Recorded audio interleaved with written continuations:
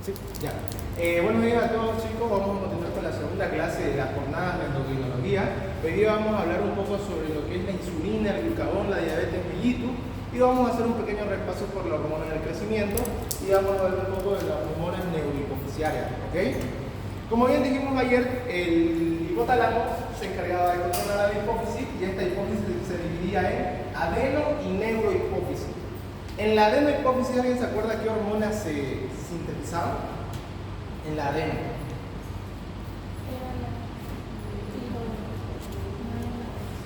Teníamos la corticotropina, ¿se acuerdan? ¿A dónde iba la corticotropina? A la corteza suprarrenal. ¿Y se acuerdan por qué la corticotropina solo actúa en la corteza renal y por qué no puede actuar, por ejemplo, en el corazón, en el tracto digestivo? Exacto, por eso mismo. Porque una hormona, para poder ejercer su efecto sobre una célula, necesita de un receptor. ¿Y será que este receptor de acá es universal para todas las hormonas? No, cada receptor es específico para cada tipo de hormona. Eso es muy importante apreciar, que para que una hormona ejerza su efecto, sí o sí necesita de un receptor, porque si una célula carece de receptores para ninguna hormona, pues aunque vos le inyectes una gran cantidad de hormonas, esto no va a hacer ninguna función. Entonces, teníamos en la adenohipófisis que se secretaba en la corticotropina, la tirotropina, la prolactina, la hormona del crecimiento, ¿se acuerdan? ¿No? Hormonas de las cuales vamos a ir hablando poco a poco. ¿Se acuerdan de la adenohipófisis? Había tres tipos de estructuras químicas de las hormonas. Había proteica, esteroidea y derivadas del aminoácido tirosina. Las que son secretadas por la adenohipófisis, ¿de qué estructura química son? ¿Qué estructura química tienen? Proteicas o polipeptídicas, ¿no? Y estas proteicas y polipeptídicas, al ir al torrente sanguíneo, ¿son hidrosolubles o son liposolubles? Liposolubles. Las proteicas, ¿qué son? Hidrosolubles, son hidrosolubles. Estas no necesitan de una proteína transportadora para poder atravesar la circulación y llegar al órgano donde tienen que actuar. En cambio, por ejemplo, una hormona esteroidea, una hormona derivada del aminoácido tirosina, ¿qué necesitan para poder transportarse? Una proteína transportadora. Acuérdense que estas son liposolubles. Al ser liposolubles, ¿pueden atravesar la membrana? Sí, pueden atravesar la membrana. Y al atravesar la membrana necesitan de una proteína transportadora para poder ir. Necesitan de una proteína transportadora que los ayude a poder atravesar la circulación. ¿Ok? Entonces, eso recapitulando, que hay dos diferencias muy grandes entre estas, que es su estructura química, que son las proteicas o polipeptídicas, las esteroideas y las que son derivadas del aminoácido tirosina. Esas esteroideas, ¿se acuerdan cuál es su base para ser creada? El colesterol. Y el colesterol es un azúcar, una proteína, una grasa, ¿qué? Un tipo de grasa, ¿no? Entonces, eso. En la adenohipófisis teníamos que se secretaban la mayor parte de hormonas. Y en la neuro, ¿cuáles se sintetizan y se crean en la neuro? Oxitocina. ¿Ya? ¿Cuál creen que se crea en la neurohipófisis? Ninguna, no se crea ninguna hormona. En la neurohipófisis vamos a tener unas neuronas llamadas las neuronas magnocelulares. Las neuronas magnocelulares, que bien pueden estar ubicados en el núcleo, vamos a ponerle este supraóptico, o en el núcleo paraventricular. Dependiendo de qué núcleo esté esta neurona macrocelular, va a ser la hormona que produzca. Si está en el núcleo supraóptico, va a producir ADH. Si está en el núcleo paraventricular, va a producir oxitocina. Entonces, dependiendo del núcleo en el que se encuentre, es la hormona la cual se va a generar. Si está en el núcleo supraóptico, ¿qué hormona va a generar? ADH. Si está en el núcleo paraventricular, oxitocina. Estas neuronas de acá, que son el supraóptico y paraventricular, pueden secretar ambas hormonas. O sea que el supraóptico puede secretar ADH como oxitocina. Pero, acá va el detalle, es que en el supraóptico va a secretar una gran cantidad de ADH, pero una muy baja cantidad de oxitocina. Y el paraventricular va a generar una gran cantidad de oxitocina y una baja cantidad de ADH. ¿Se entiende? O sea, estos núcleos pueden generar ambas hormonas, sí, simplemente que tienen una hormona primordial. ¿Cuál es la hormona primordial del supraóptico? La ADH. ¿Y cuál es la hormona principal del paraventricular? La oxitocina.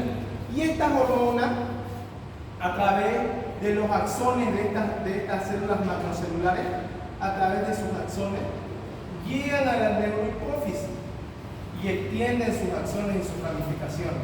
¿Ok? Estas neuronas macrocelulares. Esta neurohipófisis no sintetiza nada, está compuesta por células llamadas pituicitos. Estos pituicitos no sirven más que como células de sostén para estas ramificaciones de acá. Nada más que para eso. Son células que sostienen a estas ramificaciones que son los axones de las neuronas macrocelulares. ¿Se entiende? Entonces, ¿la neurohipófisis produce alguna hormona? No, no produce ninguna hormona. ¿Quién es la que produce las hormonas en la neurohipófisis? O sea, ¿cuáles son las neuronas que producen oxitocina y ADH? Las neuronas macrocelulares. Esas neuronas macrocelulares, ¿dónde se encuentran? Más específicamente, ¿cómo se llama esta estructura? En el hipotálamo. Muy bien. Y en este hipotálamo es el que verdaderamente sintetiza y crea estas hormonas, como ser la antidiurética y la oxitocina. Ahora yo les hago una pregunta para que ustedes piensen, a ver. ¿Qué pasaría si yo llego a cortar la neurohipófisis, pero tengo intacto el hipotálamo? ¿Qué creen que pasa? Un paciente viene y se secciona por algún motivo la neurohipófisis, pero mantiene intacto su hipotálamo. ¿Qué creen que pasa? Yo le dije que esta neurohipófisis está compuesta por pituicitos, ¿no? Estos pituicitos son como células de sostén para los axones de las neuronas macrocelulares. Ahora yo les pregunto, ¿qué pasaría si un paciente se secciona en la neurohipófisis, pero queda intacto su hipotálamo? ¿Qué creen que pasa? ¿Hay producción normal, anormal? ¿Cesa la producción de hormonas? ¿Continúa la producción de hormonas? ¿Qué creen? A ver, ¿qué piensa usted? A ver. ¿No? Ajá. César. Ya dice César. ¿Quién tiene una opinión distinta? ¿En la neurohipófisis se almacena esa hormona? No se almacena, simplemente es como un tejido de sostén, el cual sirve para que estos axones de acá descansen. Para cuando una vez hay un estímulo, estos axones liberen las hormonas. Nada más para eso sirve. En realidad la neurohipófisis solamente, como lo dije, es un tejido de sostén, que lo sostiene nada más. No es un receptor de nada. Ya dice que se sigue produciendo. ¿Qué piensan? Básicamente, ¿saben qué es lo que pasa? En los primeros días, esa persona que se seccionó la neurohipófisis, o sea que se cortó, empezó a disminuir su concentración de ADH y de oxitocina. Pero, como les dije, es solo un tejido de sostén. Y el cuerpo humano fisiológicamente siempre se adapta, siempre busca una forma de adaptarse, de implementar mecanismos de adaptación. Entonces, pasados unos días, semanas, se ha visto en estos estudios que la concentración tanto de ADH como de oxitocina vuelve a la normalidad. ¿Esto por qué pasa? Porque la neurohipófisis es simplemente un tejido de sostén, nada más. Entonces, si se secciona la neurohipófisis, se sigue produciendo hormonas. ¿Por qué? Porque el hipotálamo es el que la produce. ¿Ok? Y si secciono la neurohipófisis, ¿qué creen que pasa? Ahí se. ¿Por qué cesa ahí? Es la productora. Ya. ¿Qué hay en la neurohipófisis que genera las hormonas?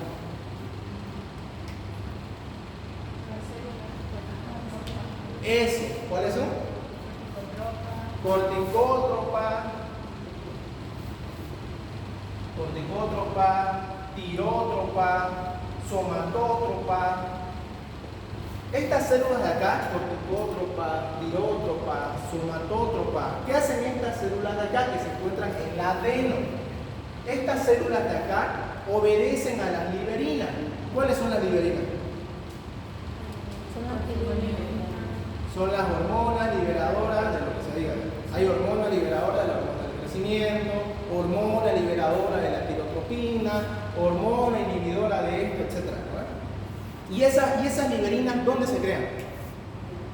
¿Dónde se crean las liberinas? En el hipotálamo. Muy bien. Acá es donde se generan las liberinas. Pero ¿será que esas liberinas, si lo echamos al torrente sanguíneo, tienen la misma acción que, por ejemplo, ¿será que una hormona liberadora de la hormona del crecimiento en el torrente sanguíneo tiene el mismo efecto que una hormona del crecimiento? No. Para que funcione, esa hormona liberina, ¿a dónde tiene que ir? A la de la hipófisis. ¿Y cómo es que llega ahí? Por los vasos hipotalámico hipofisiario. Aquí hay unos vasitos que son como unos capilares bien chiquititos que conectan al hipotálamo con la de la hipófisis. Estos vasitos bien chiquitos de acá son los que van a ir transportando a las hormonas liberinas. Y estas hormonas liberinas recién actúan sobre las células de la de la hipófisis. ¿Cuáles son estas células de la de la hipófisis? Somatótropa, corticótropa, tirótropa, gonadótropa, lactótropa, etc. ¿verdad? Entonces, estas hormonas liberinas actúan sobre las células de la adenohipófisis y empiezan a estimularlas para que recién empiecen a crear hormonas, como ser tirotropina, corticotropina, hormona del crecimiento ya hecha. Pero recuérdense que la adenohipófisis sí sintetiza, porque tiene estas células, que son las corticótropas, tirótropas, somatótropas, gonadótropas. Si es somatótropa, ¿a qué tipo de liberina obedece? Somatótropa. ¿A qué tipo de liberina obedece? ¿Cómo se llama? ¿Cómo? Hormona liberadora de la somatotropina. Exacto, está bien dicho. Igual puede ser también dicho hormona liberadora de la hormona del crecimiento. Recuerden que la hormona del crecimiento también se le puede decir somatotropina. Somatotropina. Recuerden que había el término somatotropina, somatostatina y somatomedina. ¿Se acuerdan cuál era la diferencia?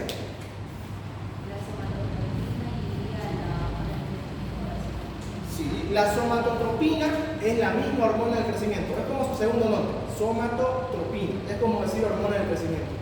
Somatostatina es básicamente la hormona que inhibe a la hormona del crecimiento, es su contraparte, ¿entendés? Es la que la inhibe.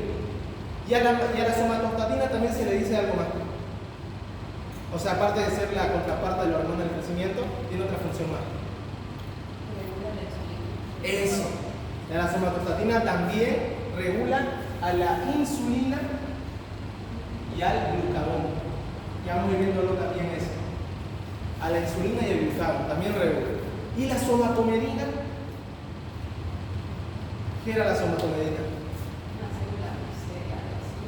No, no es una célula. La hormona del crecimiento del hígado se vuelve somatomedina C. Exacto. Esa somatomedina C se cree, se tiene la hipótesis, se dice el Guyton, que la hormona del crecimiento no actúa directamente sobre los tejidos, sino que la hormona del crecimiento va al hígado y en el hígado se transforma en somatomedina C, lo que dijo su compañero. Y esa somatomedina C recién es la que tiene acción de crecimiento. Se tiene esa hipótesis, ya lo vamos a ver por qué. ¿Ok? Muy bien, entonces ya explicado esto, ya saben que la neurohipófisis produce o no produce hormonas, la neuro. Entonces, ¿qué es la neurohipófisis? Un tejido de sostén. Un tejido de sostén, nada más. ¿Y quiénes son las que verdaderamente producen las hormonas? Las neuronas magnocelulares. Las neuronas magnocelulares. ¿Dónde se encuentran las neuronas magnocelulares? En el hipotálamo, muy bien. ¿Qué núcleos hay en el hipotálamo de estas neuronas magnocelulares?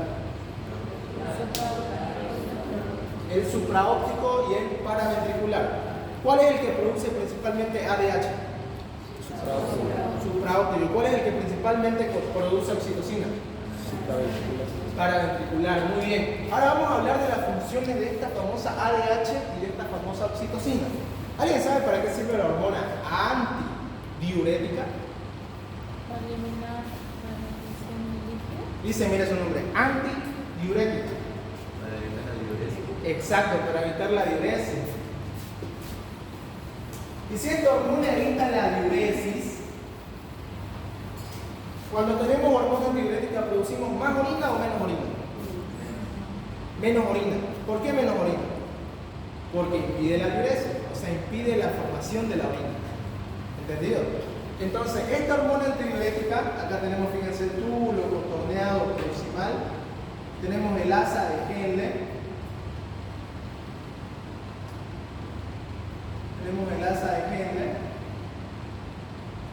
tenemos el túbulo contorneado distal y el túbulo cortical.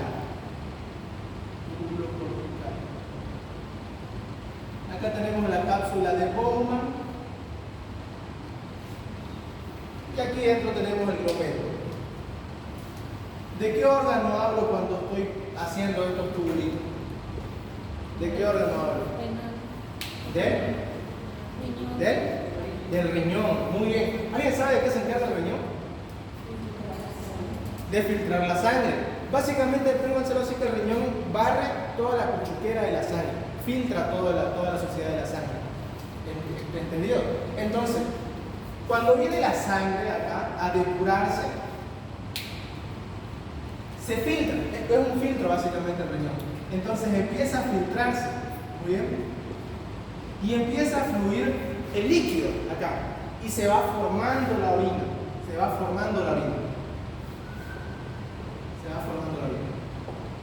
Al principio, cuando se comienza a filtrar todo, hay un 100% de sodio en esta parte. Hay un 100% de sodio.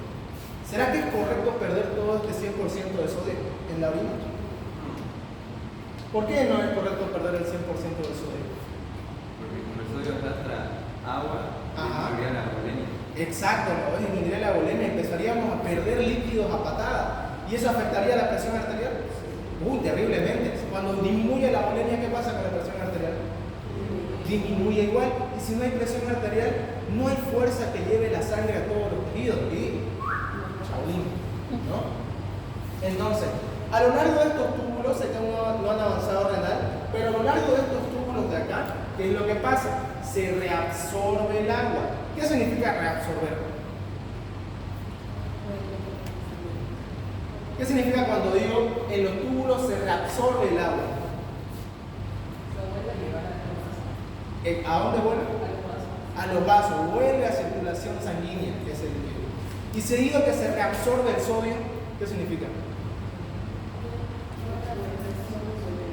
Si digo que se reabsorbe el sodio, ¿a dónde va el sodio? ¿A la orina o a la circulación? A la circulación sanguínea. ¿Y quién acompaña al sodio?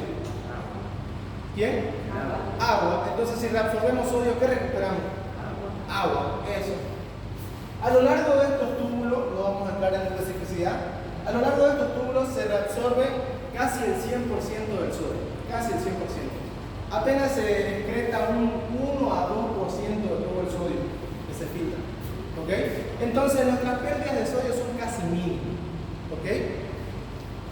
Ahora, aquí en esta parte, acá en el túbulo contorneado distal, en la parte final, y en el túbulo cortical, actúa una hormona. Esta hormona se llama la hormona antidiurética. Esta hormona antidiurética, ¿qué es lo que hace? Impide la diuresis. Y si impide la diuresis, ¿va a aumentar la reabsorción o disminuir la reabsorción de agua? O si hay presencia de hormona antidiurética, ¿va a aumentar la reabsorción de agua o va a disminuir? Va a disminuir. Ya dice que va a disminuir. Piensen bien, hormona que impide la diuresis, o sea que impide que orinemos harto. Eso básicamente es hormona. Si impide que orinemos harto, esta hormona antidiurética, ¿va a aumentar la reabsorción o va a disminuir la reabsorción? Exacto, aumenta la reabsorción. Entonces, esta hormona, en presencia de esta hormona antidiurética, impide básicamente que perdamos agua. Y cuando falta esta hormona, ¿qué perdemos? Cuando falta esta hormona, ¿qué aumenta cuando falta esta hormona?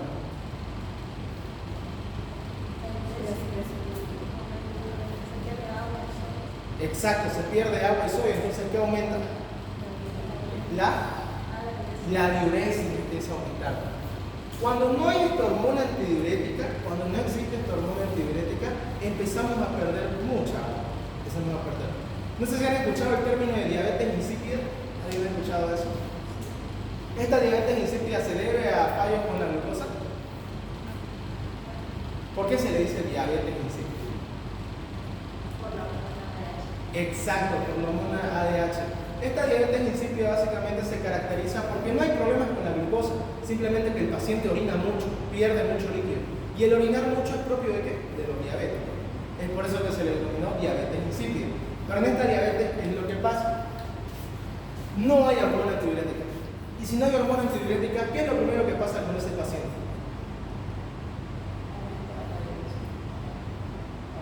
Aumento la diuresis. Entonces, ¿qué te dice el paciente? Doctor, ¿sabe qué? No puede pasar ni una hora que ya estoy yendo al baño a orinar. Doctor, ¿sabe qué? De noche a cada ratito me levanto porque tengo que ir a orinar. Y me da harta sed. Porque cuando perdemos líquido, ¿qué aumenta en el cuerpo? ¿Qué sensación aumenta en el cuerpo cuando estamos perdiendo líquido? La sed. Básicamente sentimos más sed. Entonces el paciente ¿qué dice? ¿Sabe qué, doctor? No sé por qué no pasa ni una hora y ya estoy yendo al baño a orinar. No puedo ni dormir tranquilo porque ya quiero orinar. Y te dice, y tengo mucha sed. 3, 4 o 5 litros de agua al día me tiene. ¿Esto por qué pasa? ¿Porque hay alta ADH o porque hay poca ADH? Porque hay poca ADH. Entonces la diuresis fluye.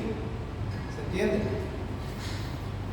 Cuando se activa cuando hay mucha hormona antidiurética, cuando ya hay mucha hormona antidiurética,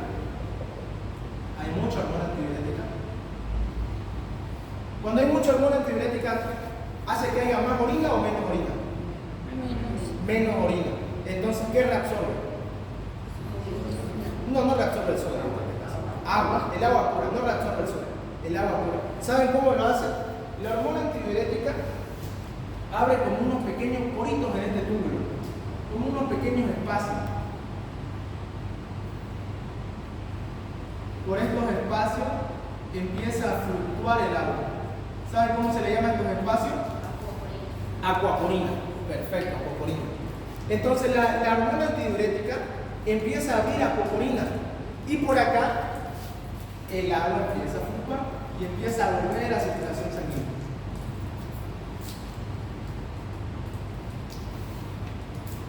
Y si hay mucha hormona antidiurética, regresa mucha agua a nuestro cuerpo. ¿Y aumenta la volemia o disminuye la volemia? Aumenta la volemia.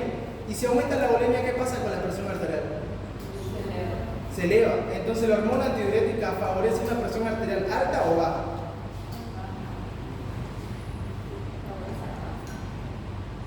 La hormona antidiurética, ¿por qué alta? ¿Ya? Muy bien, porque cuando hay hormona antidiurética, ¿reabsorbemos más agua o menos agua? Reabsorbemos más agua. Y al reabsorber más agua, ¿aumenta la volemia o disminuye la volemia? Aumenta la volemia. Y al aumentar la volemia en el cuerpo hay más líquido. ¿Cómo está la presión arterial? ¿Aumentada o disminuye? Aumentada. Entonces la ADH es una hormona que favorece la presión arterial o que la baja. Que aumenta la presión arterial. Entonces, ¿cuándo creen que se libera ADH?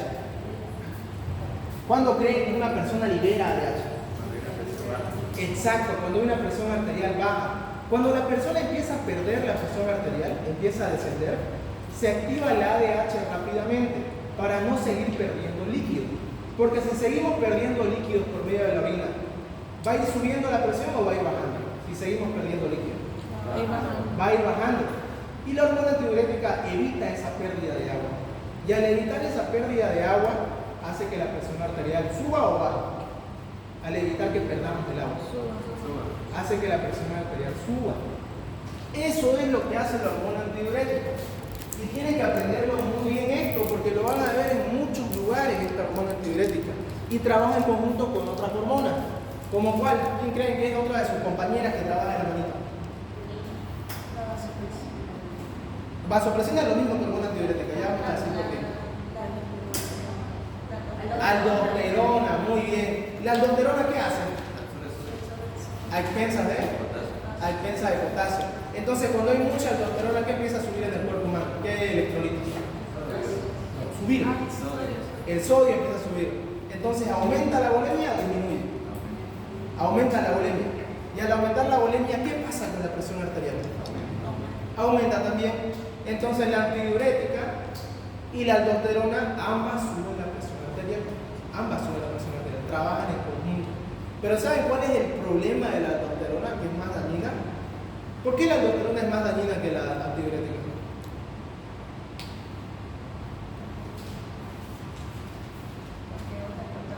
Exacto, por eso, porque empezamos a botar mucho potasio.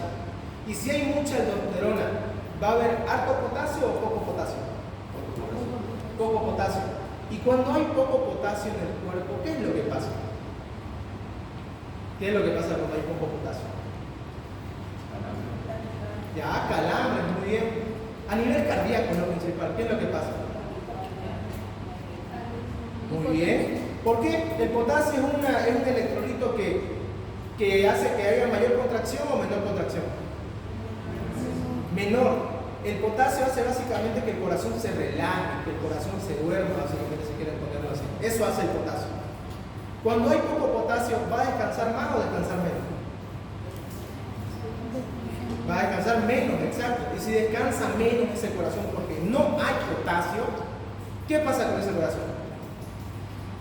Taquicardia, empieza a latir más rápido, aumenta la frecuencia cardíaca, se predispone a la formación de arritmias. ¿Por qué? Por el potasio. Ahora otro caso distinto, no hay aldosterona. Si no hay aldosterona, empezamos a perder ¿qué electrolito? No hay aldosterona, nada. ¿Qué electrolito empezamos a perder? Sodio, muy bien. Y sodio y agua, obviamente. ¿Y qué electrolito empieza a subir en el cuerpo humano? Potasio. ¿Y qué pasa cuando hay mucho potasio en el cuerpo humano? Paro cardíaco. Paro cardíaco. ¿Por qué el paro cardíaco? Exacto, porque el potasio se va a encargar de qué? De regularizar y de hacerlo descansar. Y si hay mucho potasio, lo duerme el corazón y este entra en paro. ¿Ok?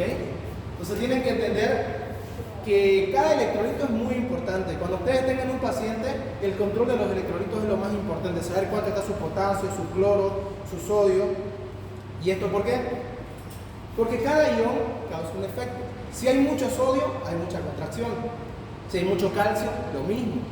Si hay mucho potasio, hay mucha relajación. ¿Y el cloro qué hace? Es un inhibidor, lo mismo. Otro que hace que se duerma la célula. ¿Entienden? Entonces, de ahí la importancia de saber fisiología. Porque yo les juro que si no dominan esta parte, cuando lleguen a una parte más clínica, no le van a entender, por más que quieran. Tienen que entender sí o sí el uso de estas hormonas y los electrolitos para que ustedes puedan tener una buena guía a la clínica. ¿Lo entienden? Muy bien. Eso es lo que hace esta hormona antidiurética. ¿Esta hormona antidiurética sube o baja la presión? Sube la presión arterial. ¿Vale? ¿Y la aldosterona? Sube o baja la presión arterial. ¿Vale? Ahora vamos a hablar de la famosa oxitocina. ¿Alguien sabe para qué es la oxitocina? Es más corta esta parte. Muy bien, para la contracción uterina. Según el Guyton, se tiene la hipótesis, pero lo pone en duda esta función de la contracción uterina, aunque es la más famosa, la que se sabe, pero según el Guyton la pone un poco en duda. Para él es una hipótesis esto de que aumenta la contracción uterina, pero si sale su examen, obviamente tienen que poner que causa contracción uterina. Aparte que más tiene una segunda función. Exacto, ayuda a que la mamá pueda empezar a botar leche. Porque cuando el niño empieza a succionar la mama de la mamá, ¿qué es lo que pasa? Empieza a liberarse oxitocina. Y esa oxitocina produce que las células del pecho se contraigan. Es como exprimir un limón. Se contraen y empiezan a botar leche. ¿Se entiende? Eso es lo que hace la hormona oxitocina. Básicamente cuando el niño empieza a lactar, a chupar de la teta, esta hormona se libera. Y esta hormona es como exprimir un limón. Exprime a las células de la mama y empieza a botar leche. Eso es lo que hace. Para eso es primordialmente para lo que es la oxitocina, a favorecer la lactancia, más que todo. ¿Se entiende? Muy bien. Ahora vamos a hablar también un poco de lo que es la hormona del crecimiento. ¿Se acuerdan para qué es la hormona del crecimiento?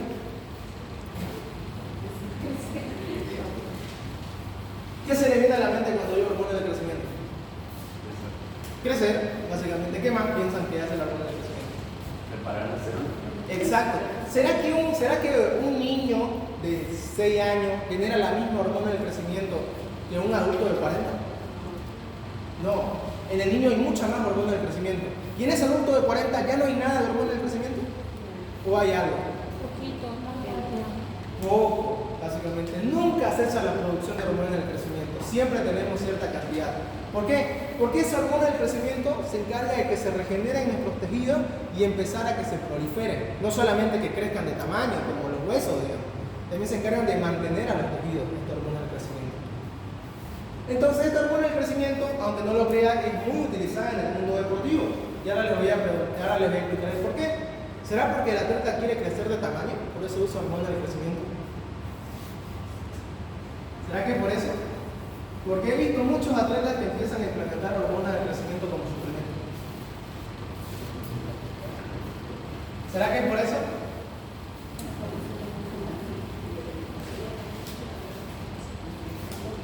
Tenemos tres: los lípidos, las proteínas y los hidratos de carbono. La hormona del crecimiento es tan fantástica que cuando hay influencia de la hormona del crecimiento en tu cuerpo, empezás a degradar los lípidos en ácidos grasos.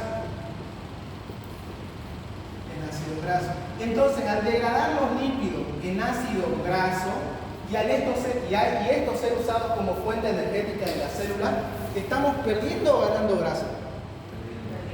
Estamos perdiendo grasa, entonces estamos bajando de peso, ¿sí o no? Muy bien, entonces estamos bajando de peso en lo que se quiere una persona normal, ¿no? Es bajar de peso, estar más saludable. Entonces, esa es una de las funciones de la hormona del crecimiento. Degrada el lípido en ácidos grasos. Y estos ácidos grasos son usados como fuente energética para la célula. O sea, la célula en vez de usar glucosa, empieza a usar ácidos grasos. Eso por parte de los lípidos. Entonces, hasta acá fantástico, ¿no? Empezamos a perder grasa gracias a la hormona del crecimiento. De parte de las proteínas, esta célula, ¿qué es lo que hace? Esta hormona, ¿qué es lo que hace? Disminuye el catabolismo proteico.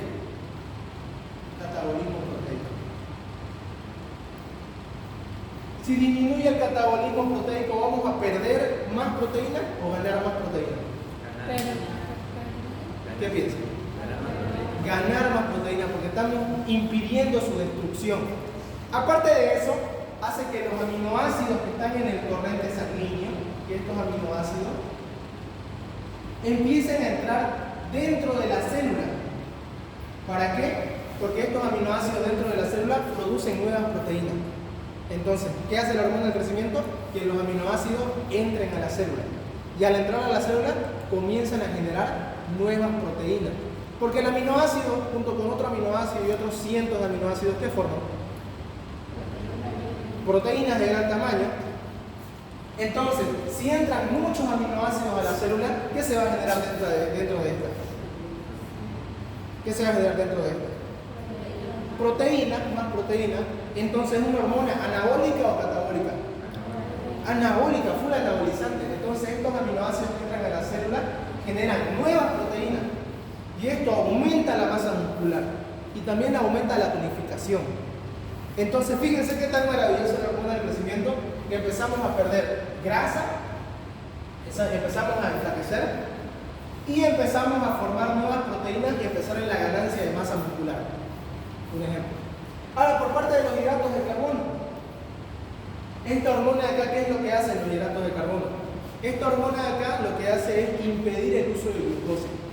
O sea, hace que el cuerpo no use nada de glucosa. Y en vez de glucosa, ¿qué va a usar? Ácidos grasos como fuente energética. Entonces, hace que no haya uso de glucosa. Aparte de hacer que no haya uso de glucosa, tiene un efecto contraproducente. Aquí van los efectos adversos, que aumenta la glucogenólisis. Y si aumenta la glucogenólisis, ¿va a haber harta azúcar en sangre o poca? Harta. Va a haber un pico de azúcar. Entonces, ¿qué aumenta en el cuerpo humano?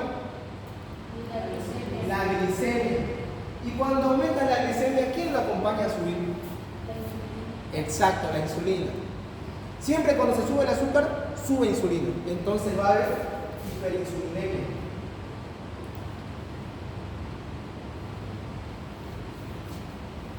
¿Y será que esta glucosa que se creó por parte de la hormona del crecimiento puede ser usada? ¿Puede ser usada esta glucosa que se creó por la hormona del crecimiento? ¿Cuál era su primer efecto? Que no puede usarse. O sea, en simples palabras, ¿qué es lo que hace? Hace que sean insensibles los tejidos a la insulina. Y si hace que se vuelvan los tejidos insensibles a la insulina, si hace que los tejidos se vuelvan insensibles a la insulina, ¿va a entrar la glucosa a la célula? No, ¿eh? Y fíjense que esta hormona produce que la glicemia se eleve. Entonces, ¿esa glicemia elevada va a poder ser usada por el cuerpo humano? No, no va a poder ser usada por el cuerpo humano. Por este primer efecto de la hormona del crecimiento. Y al hacer esto, ¿qué enfermedad genera? Diabetes, full diabetes mellitus. Y es por eso que esta hormona del crecimiento se considera diabetogénica. Porque esta hormona del crecimiento impide o hace que los tejidos se vuelvan insensibles a la insulina. Y si son insensibles a la insulina, no se puede usar la glucosa, para nada. Entonces, el primer punto, esta hormona de acá, que estamos entrando en los contras, que esta hormona de acá provoca ¿qué enfermedad? Diabetes mellitus. Diabetes. ¿Por qué genera diabetes? Por insensibilidad a la insulina. Muy bien. ¿Por qué más? Por aumento de la glicemia. ¿Qué más? Hiperinsulinemia. ¿Será que esa insulina puede actuar? No puede actuar por este primer efecto. No puede actuar por este efecto. Muy bien. No podemos usar glucosa. ¿Qué empieza a usar el cuerpo humano? Ácidos grasos. Estos ácidos grasos. Fíjense muy bien que empezamos a liberar ácidos grasos a patada. Así mucho. Se inunda el cuerpo humano de ácidos grasos. ¿Y quién tiene más energía? ¿Quién da más energía? Una molécula